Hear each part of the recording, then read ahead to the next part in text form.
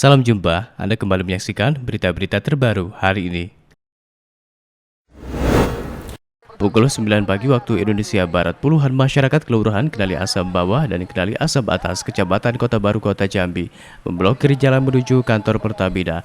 Adapun lokasi pemblokiran tersebut berada di RT 12 dan RT 13, Kelurahan Kenali Asam Atas. Warga mengaku apa yang mereka lakukan ini adalah sebagai respon kekecewaan terhadap pihak-pihak yang bertanggung jawab terhadap jalan tersebut. Tidak hanya melakukan pemblokiran, warga juga mendatangi kantor Pertamina Kenali Jambi guna menuntut tanggung jawab perusahaan terhadap kondisi jalan yang rusak.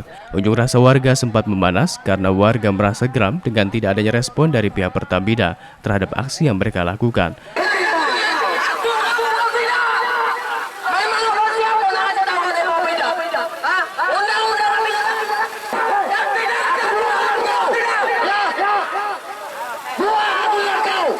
Warga akhirnya bisa berdialog dengan pihak perusahaan setelah Wali Kota Jambi Aceh Pasha datang dan ikut berdialog dengan Pertamina.